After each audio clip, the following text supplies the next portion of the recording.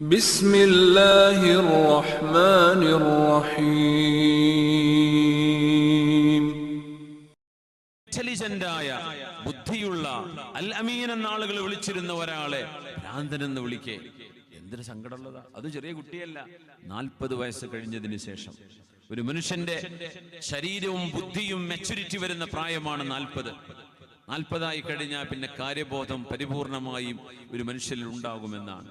40 കഴിഞ്ഞിട്ടാൻ അമ്പിയാക്കന്മാർക്ക് നുബുവത്ത് കൊടുത്തത്. അതിന് എക്സെപ്ഷൻ നൂഹ് നബിയും ഈസാ നബിയും മാത്രമേ ഉള്ളൂ എന്നാ പറയാം. ബാക്കിയൊക്കെ 40-ലാണ്. പുണ്യനബി തങ്ങളടക്കം സ്വല്ലല്ലാഹു അലൈഹി വസല്ലം.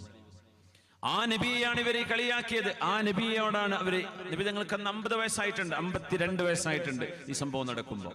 അള്ളാഹുവിനോടൊരു ദുആ ദ്വാരക്കുന്നുണ്ട് നബി തങ്ങൾ. അല്ലാഹുമ്മ ഇലൈക അഷ്കൂ, അല്ലാഹുവേ ഞാൻ നിന്നോട് പരാതി പറയുന്നു റബ്ബേ, ശികായത്ത് ബോധിപ്പിക്കുകയാണ്.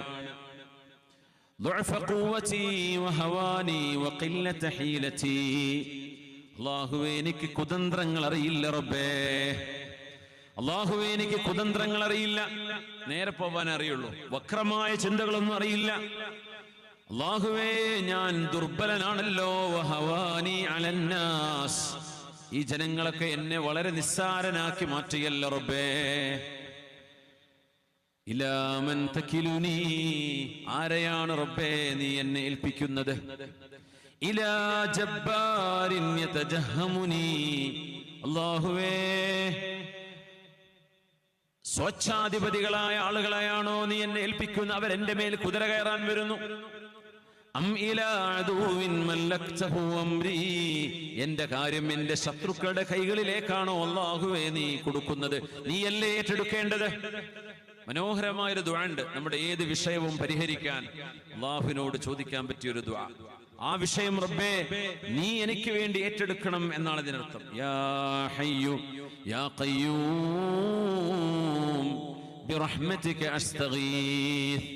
പനി വന്നപ്പോ ഫാത്തിമ റളിയല്ലാഹു അൻഹയോട് നബി തങ്ങൾ ചൊല്ലാൻ പഠിപ്പിച്ചു കൊടുത്ത ദുആയാണത്. പനി വന്നപ്പോഴേ, പനി വരുമ്പോ ഒന്ന് ചൊല്ലി നോക്കി. ഡോക്ടറെ കാണിച്ചോളൂ, ഗുളിക കുടിച്ചോളൂ, പാരസെറ്റമോളൊക്കെ കുടിക്കണം, പക്ഷെ ഈ ദുആ കൂടെ ചൊല്ലണം. അതിന്റെ കൂടെ ഇനി ഗുളിക കുടിക്കുന്നതിന് മുമ്പാണെങ്കിലും ആദ്യമായിട്ട് ടെമ്പറേച്ചറൊക്കെ കൂടുന്നുണ്ട് കുട്ടികൾക്ക്, വേഗം തലയിൽ കൈവച്ചുകൊണ്ട് 7 പ്രാവശ്യം ഓതി കൊടുക്കണം.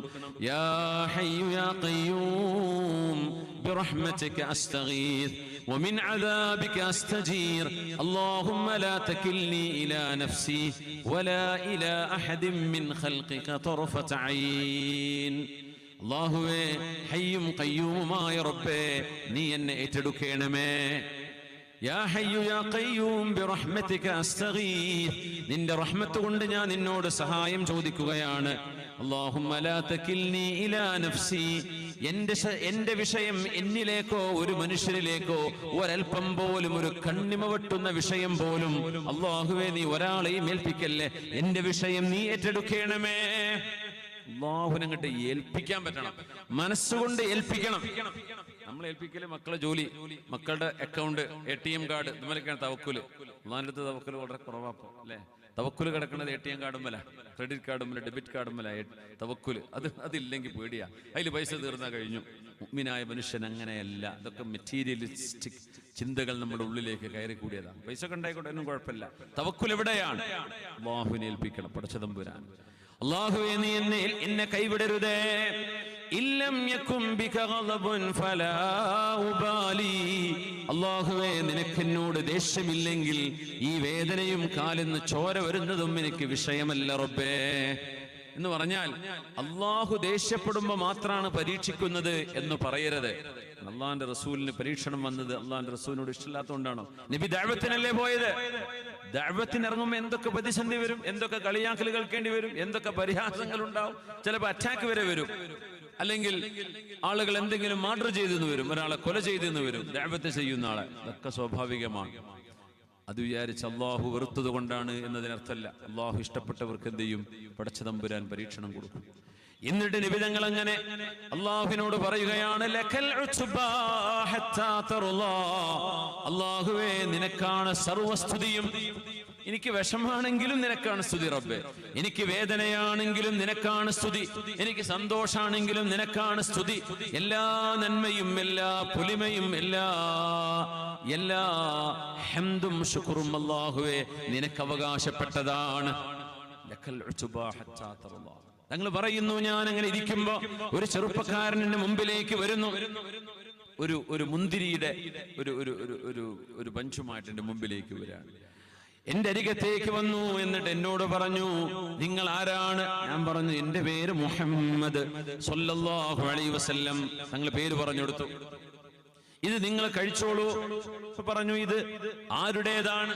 ഇത് നിങ്ങളുടേതാണ്? പറഞ്ഞു, അല്ല, ഞാൻ ഈ മുന്തിരിത്തോട്ടത്തിലെ ജോലിക്കാരനാണ്. ഇത് ആരുടെ തോട്ടമാണ്? ഇത് ഉത്ബയുടെ തോട്ടമാണ്. അദ്ദേഹത്തിന് പൊരുത്തമാണോ? അതേ, പൊരുത്തമാണെന്ന് പറഞ്ഞു. നിങ്ങൾ കഴിച്ചോളൂ. തങ്ങൾക്ക് അവിടെ നിന്ന് ഒരു മുറുക്ക് വെള്ളം കിട്ടിയിട്ടില്ല, ഒരിറക്ക് വെള്ളം കിട്ടിയിട്ടില്ല.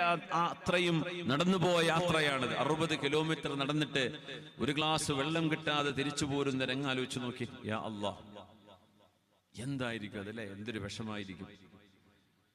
ഇന്നത്തെ പോലെ റോഡ് സൈഡിൽ കടകളൊന്നും ഇല്ലല്ലോ വാങ്ങിക്കുടിക്കാൻ. ഹബീബായ നബി തങ്ങൾക്ക് ആ ഒരു മുന്തിരി കൊണ്ടുപോയി കൊടുത്തപ്പോ ഈ അദ്ദാസ് എന്ന് പറയുന്ന ക്രിസ്ത്യാനിയായ മനുഷ്യൻ അവിടെ മുമ്പിലിരുന്ന് ഹബീബിനെ ഇങ്ങനെ നോക്കുകയാണ്. എന്തോ ഒരു നല്ല മനുഷ്യൻ. എന്തിനാണാവോ ആളുകൾ ഈ മനുഷ്യനെ ഇത്രമേൽ വേദനിപ്പിക്കുന്നത്? ഈ മുന്തിരി നബി തങ്ങൾക്ക് ഹലാലാണ് എന്ന് ഉറപ്പ് വരുത്തിയതിന് ശേഷം നബി തങ്ങൾ കഴിക്കാൻ തുടങ്ങുന്നു സ്വല്ലല്ലാഹു അലൈഹി വസല്ലം. കാരണം മറ്റൊരാളുടേത് പൊരുത്തമില്ലാത്തത് എനിക്ക് വേണ്ട. ഇതാണ് ഒരു മുസ്ലിമിന്റെ പോളിസി. ഒരാൾക്ക് ഇഷ്ടമില്ലാത്തത്, ഒരാളുടെ പൊരുത്തമില്ലാത്തത് എനിക്ക് വേണ്ട. ഹബീബായ നബി തങ്ങൾ ആ മുന്തിരി കഴിക്കുമ്പോൾ ബിസ്മില്ലാഹിർ റഹ്മാനിർ റഹീം അത് പറഞ്ഞപ്പോ അദ്ദാസ് ചോദിച്ചു, അല്ല, നിങ്ങൾ എന്താണ് ഇപ്പൊ പറഞ്ഞത്?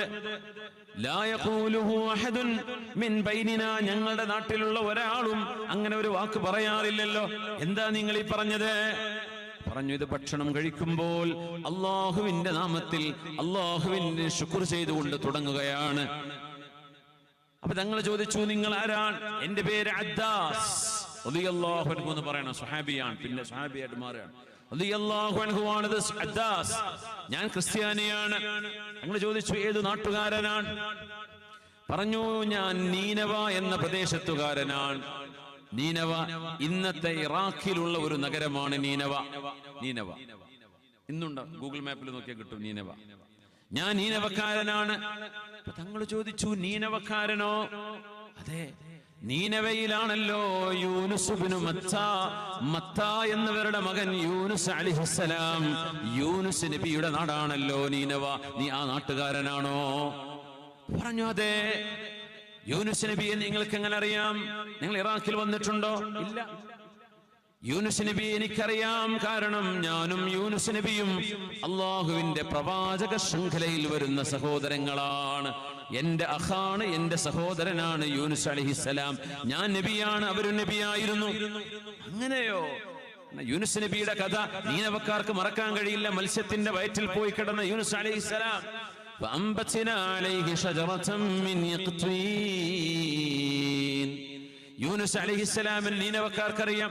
പക്ഷെ നീനവയിലെ കഥ എങ്ങനെ മക്കയിലുള്ള നബിക്കറിഞ്ഞു സ്വല്ലല്ലാഹു അലൈഹി വസല്ലം? നബി തങ്ങൾ കഥ പറഞ്ഞു കൊടുത്തു. ഇയാൾ ചോദിച്ചു, അങ്ങേ എനിക്കൊന്ന് പരിചയപ്പെടുത്തി തരണേ. എന്താണ് അങ്ങ് എന്താണ് ലോകത്തോട് പറയുന്നത്? എന്താണ് ജനങ്ങളോട് വിശ്വസിക്കാൻ പറയുന്നത്? നബി തങ്ങൾ ദീൻ ഇങ്ങനെ പറഞ്ഞു കൊടുത്തു. അഷ്ഹദു അല്ലാ ഇലാഹ ഇല്ലല്ലാഹ് വഅഷ്ഹദു അന്ന മുഹമ്മദർ റസൂലുള്ളാഹ്. ത്വായിഫിൽ പോയി വന്നിട്ട് കിട്ടിയ ഒരേ ഒരു മനുഷ്യനായ മുഅ്മിൻ. ജിന്നുകൾ മുസ്ലിമീങ്ങളായിട്ടുണ്ട്. നബി തങ്ങൾ മദീനത്തിൽ നിന്ന് ത്വായിഫിൽ നിന്ന് വരുമ്പോഴാണ് ഒരു കൂട്ടം ജിന്നുകൾ ഖുർആൻ കേട്ട് മുസ്ലിമീങ്ങളായത്. പക്ഷെ മനുഷ്യരിൽ ത്വായിഫിൽ നിന്ന് മുസ്ലിമായ ഒരേ ഒരു സ്വഹാബിയാണ് അന്നുണ്ടായത്. അത് ക്രിസ്ത്യാനിയായിരുന്ന അദ്ദാസ് റളിയല്ലാഹു അൻഹു ആണ്.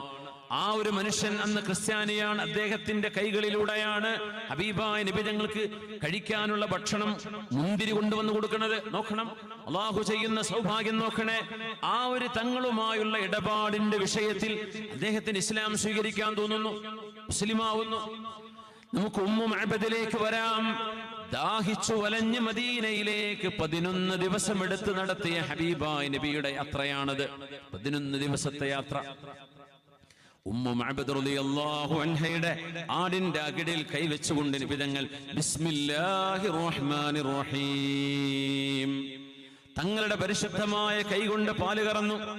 നോക്കുമ്പോൾ അകിട് നിറഞ്ഞുകൊണ്ടിരിക്കുന്നു, പാല് ചുരന്നു വന്നുകൊണ്ടിരിക്കുന്നു.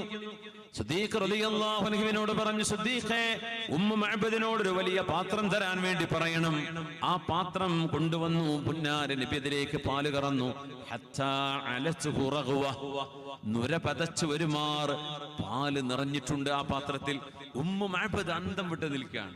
റളിയല്ലാഹു അൻഹാ ചോദിച്ചു, നിങ്ങൾ ആരാണ്, എന്താണ് നിങ്ങൾ പഠിപ്പിക്കുന്നത്, നിങ്ങൾ എങ്ങോട്ടാണ് പോകുന്നത്? അന റസൂലുള്ളാഹ്, ഞാൻ അല്ലാഹുവിന്റെ റസൂലാണ്.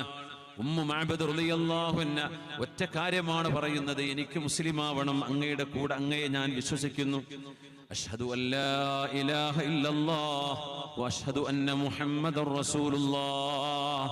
ആ പാലിന്റെ വിശേഷം അറിയണം. പാല് കറന്നു കഴിഞ്ഞപ്പോ ആദ്യം നബി തങ്ങൾ കൊടുക്കാൻ പറഞ്ഞത് ഉമ്മു മഅബദ് ബീവിക്കും മക്കൾക്കുമാണ്.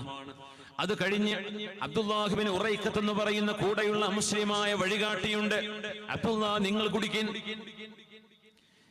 പേര് അബ്ദുല്ലാഹ് എന്നാണ്, പക്ഷെ അദ്ദേഹം മുസ്ലിം ആയിരുന്നില്ല. അബ്ദുല്ലാഹിബ്നു ഉറൈഖത്ത് എന്നവരെ കുടിച്ചു. പിന്നെ സിദ്ദീഖ് റളിയല്ലാഹു അൻഹു കുടിച്ചു. പിന്നെ ഉമ്മു മഅബദിന്റെ ഭർത്താവ് ദൂരേക്ക് ഈ ആടുകൾക്ക് പുല്ലന്വേഷിച്ചു പോയതാണ്. അയാൾക്ക് വേണ്ട പാലും എടുത്തു വെച്ചതിന് ശേഷം സുമ്മ ശരിബ റസൂലുള്ളാഹ്, എന്നിട്ടാണ് അല്ലാഹുവിന്റെ റസൂൽ കുടിച്ചത് സ്വല്ലല്ലാഹു അലൈഹി വസല്ലം. ഹബീബായ നബി തങ്ങളുടെ സ്വഭാവ ഗുണമാണത്. അന്ന് മരുഭൂമിയിൽ ഹുദൈബിയ സന്ധിയിലേക്ക് വരുന്ന ഉംറയിലേക്ക് വരികയായിരുന്ന സംഘത്തിൽ ഇമാം ബുഖാരി ഉദ്ധരിച്ച ആദ്യത്തെ നമ്മൾ തുടക്കത്തിൽ പറഞ്ഞ ഹദീസ്, 2 മുസാദത്തൈൻ, 2 തോൽപാത്രത്തിൽ വെള്ളം നിറച്ചു കൊണ്ടുവന്ന ആ ഒരു പെണ്ണിന്റെ കാരണത്തിലൂടെ സ്വഹാബികൾക്ക് ഒരു ഉപകാരം കിട്ടിയപ്പോ ആ ഉമ്മാക്ക് തിരിച്ചു ഉപകാരം ചെയ്തു കൊടുക്കാൻ വേണ്ടി പറയുമ്പോഴും ആ പെണ്ണ് മുസ്ലിം ആയിട്ടില്ല. പക്ഷേ ഒരു പെണ്ണാണ് അവരമുസ്ലിമാണെങ്കിൽ തന്നെയും അവരോട് മാന്യമായി പെരുമാറിയിട്ടും അവർക്ക് സ്നേഹവും സമ്മാനവും കൊടുത്താണ് നബി തങ്ങൾ പറഞ്ഞയക്കുന്നത് സ്വല്ലല്ലാഹു അലൈഹി വസല്ലം. ഇത് ഹബീബിന്റെ ഒരു ചര്യയാണ്.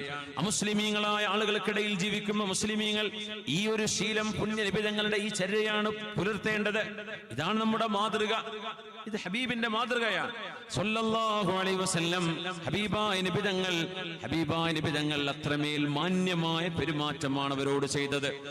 സയ്യിദ് ഇബ്നു സഅന എന്ന് പറയുന്ന ജൂത പണ്ഡിതൻ നബിയുടെ മുമ്പിലേക്ക് വന്നുവല്ലോ. അദ്ദേഹത്തിന്റെ കയ്യിൽ കാശുണ്ട് ഒരുപാട്. അദ്ദേഹം തൗറാത്തിൽ അല്ലാഹുവിന്റെ റസൂലിനെ കുറിച്ച് വായിച്ചിട്ടുണ്ട്. തൗറാത്തിൽ പുണ്യ നബിയുടെ വിശേഷണങ്ങൾ വായിച്ച കൂട്ടത്തിൽ അറിയാം ഈ നബി സത്യസന്ധരാണ്. അതൊക്കെ ചെക്ക് ലിസ്റ്റാണ്. നബി അത് കറക്റ്റ് ആണല്ലോ, കാണുന്നുണ്ട്, സത്യസന്ധനാണ്. ഈ പ്രവാചകൻ നുണ പറയാറില്ല, ആരെയും വഞ്ചിക്കില്ല, അതും ശരിയാണ്. ഈ പ്രവാചകന്റെ വാക്കുകൾ വടിവത്ത വാക്കുകളാണ്, ജവാമിഉൽ കലിം, അത് കറക്റ്റാണ്. ഈ പ്രവാചകന്റെ മുഖശ്രീ ഇങ്ങനെയാണ്, അത് കറക്റ്റാണ്. അവിടെ ഒരു പ്രവാചകത്വത്തിന്റെ സീൽ ഓഫ് പ്രൊഫറ്റ്ഹുഡ് അതുണ്ട് നബി തങ്ങളുടെ റൈറ്റ് ഷോൾഡറിൽ, അതും കറക്റ്റാണ്. ഓരോന്നും കണ്ട കൂട്ടത്തിൽ ഹലീമുൻ ഇൻദൽ ഗളബ്, എത്ര ദേഷ്യം പിടിപ്പിച്ചാലും ഈ പ്രവാചകന് ക്ഷമയാണ് വർദ്ധിക്കുക. ദേഷ്യം പിടിപ്പിക്കുന്നതനുസരിച്ച് ക്ഷമ വർദ്ധിക്കും. അങ്ങനത്തെ നബിയാണ്.